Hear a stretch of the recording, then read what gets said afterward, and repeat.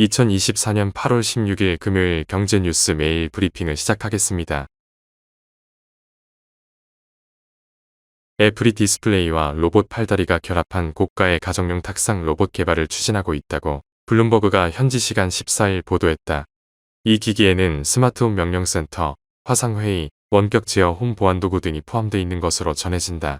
코드명 J595인 이 프로젝트는 지난 2022년 애플 경영진으로부터 승인을 받았고 최근 공식적으로 추진한 것으로 알려졌다. 블룸버그는 애플이 로봇 제품 개발로 전환한 것은 인공지능 기술인 애플 인텔리전스를 보다 넓게 활용하기 위한 일환이라고 분석했다. 애플 인텔리전스는 기존 음성 비서 시리를 개선하고 기사, 메시지, 이메일 등 요약 기능을 제공하는 등 일종의 개인 비서다.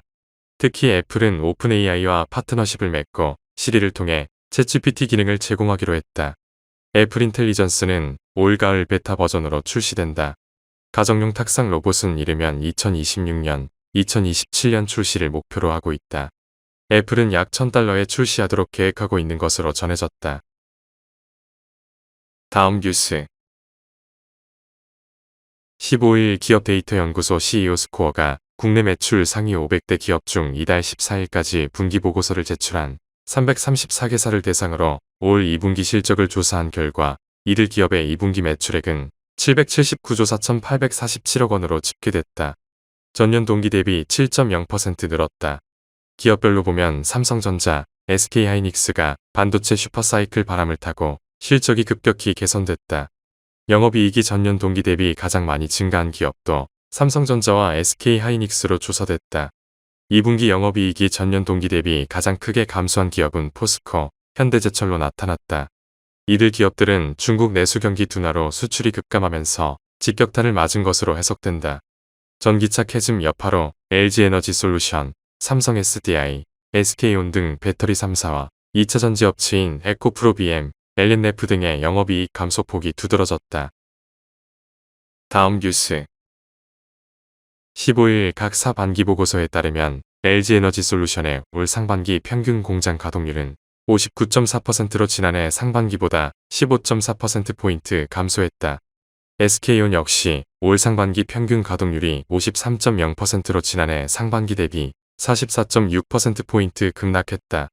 배터리 업체의 고객사인 글로벌 완성차 업체들은 캐즘 탓에 배터리 주문을 줄인 상태다.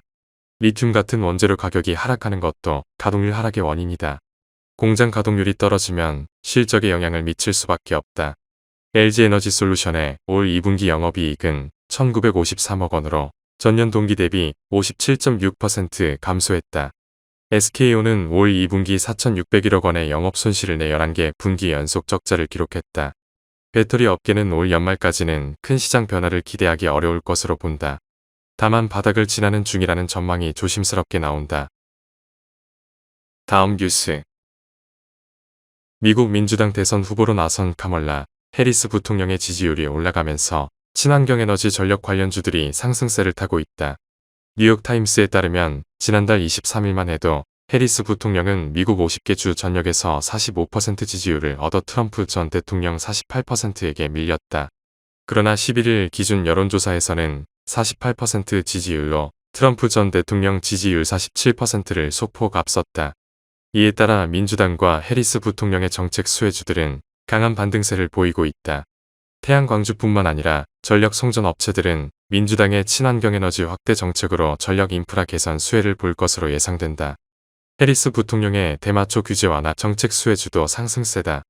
반면 지난달 트럼프 트레이드 영향으로 주가가 오른 비트코인주, 정유주, 총기 업체 종목은 미국 증시가 전반적으로 회복하는 와중에도 반등이 더딘 편이다.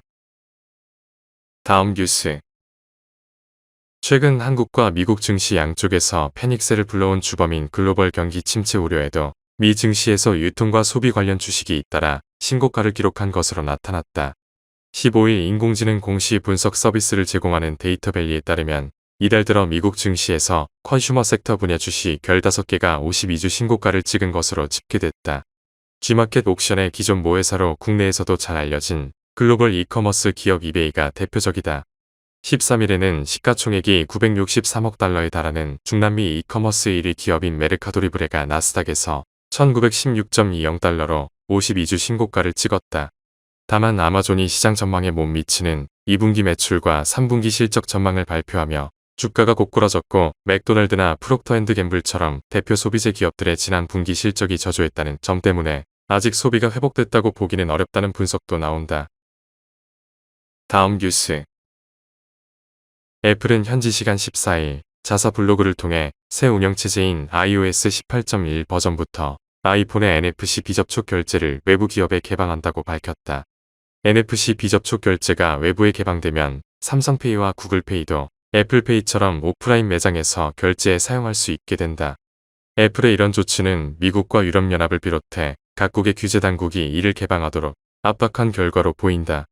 다만 칩에 대한 개방은 미국과 영국, 호주, 브라질, 캐나다, 일본, 뉴질랜드에서만 허용되고 다른 국가는 차후에 추가된다고 애플은 밝혔다. 다음 뉴스. 구글이 대화하듯 음성만으로 지시를 내리고 소통할 수 있는 인공지능 비서를 출시했다. 제미나이 라이브는 구글의 대규모 언어 모델 제미나이의 대화 기능을 추가한 AI 챗봇이다. 구글은 제미나이 라이브를 활용할 수 있는 스마트폰 픽셀 9 시리즈도 함께 공개했다. 구글은 이날 제미나이 라이브를 삼성전자의 갤럭시 S24 울트라 모델에서도 시연했다. 제미나이 라이브는 이날부터 월 $20의 구독 서비스인 제미나이 어드밴스드 가입자를 대상으로 출시된다.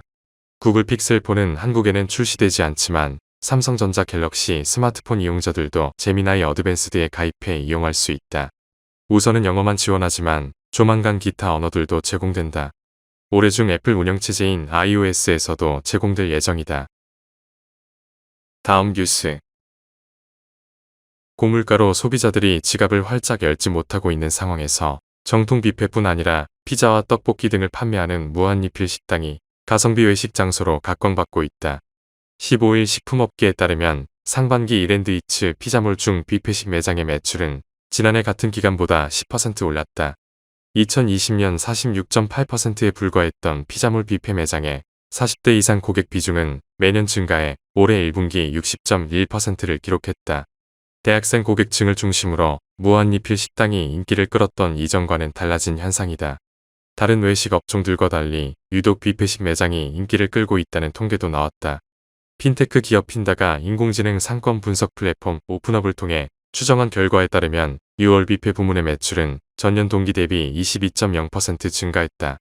지역 소규모 매장을 중심으로 새로운 메뉴의 무한리필 방식을 실험하는 경우도 생겨났다. 일명 빵뷔페로 불리는 경기 의정부의 삼정제빵소와 일산 에브리데이 크리스마스 등이 대표적이다. 다음 뉴스.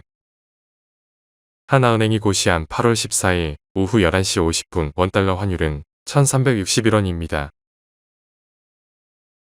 시청해주셔서 감사합니다. 더 좋은 영상을 위해 구독, 좋아요 부탁드립니다.